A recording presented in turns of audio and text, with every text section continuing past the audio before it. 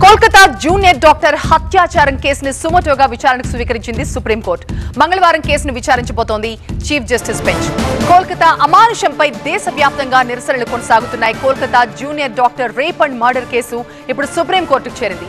సుమోటోగా case విచారణ స్వీకరించింది supreme court. మంగళవారం సిజేఐ చంద్రచూడ్ నేతృత్వంలోని ధర్మాసనం ఈ కేసును విచారిస్తుంది. కోల్కతా ఘటన చాలా అమానుషం అంటూ ఇప్పటికే దేశవ్యాప్తంగా నిరసనలు కొనసాగుతున్నాయి. నిందితుడిని ఉరితీయాలంటూ డాక్టర్లతో పాటు రాజకీయ పార్టీలు కూడా డిమాండ్ చేస్తున్నాయి. డాక్టర్ మర్డర్ కేసును దర్యాప్తు ఇప్పటికే సిబిఐ చేపట్టింది. నిందితుడి మానసిక పరిస్థితిపై సిబిఐ అధికారులు పరీక్షలు కూడా చేయిస్తున్నారు. కోల్కతాలో తీవ్ర ఉద్రిక్త వాతావరణం నెలకొంది.